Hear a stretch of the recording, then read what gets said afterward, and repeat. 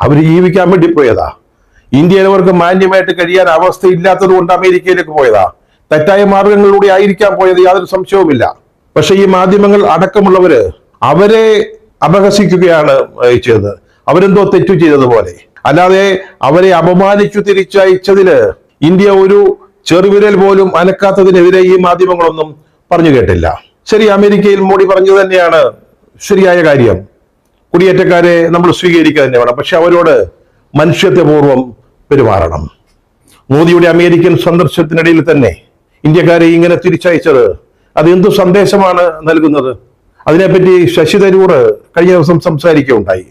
അദ്ദേഹം മോദിയുടെ അമേരിക്കൻ സന്ദർശനത്തെ വാഴ്ത്തിപ്പാടാൻ തുനിഞ്ഞിറങ്ങിയപ്പോഴാണ് അതുണ്ടായത്.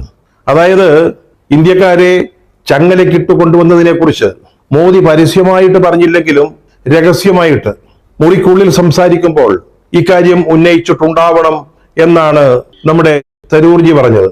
മുറിക്കുള്ളിൽ ഉന്നയിച്ചോ മുറിക്ക് പുറത്ത് ഉന്നയിച്ചോ അത് നമുക്കറിഞ്ഞുകൂടാ, നമ്മുടെ പ്രശ്നവുമല്ല.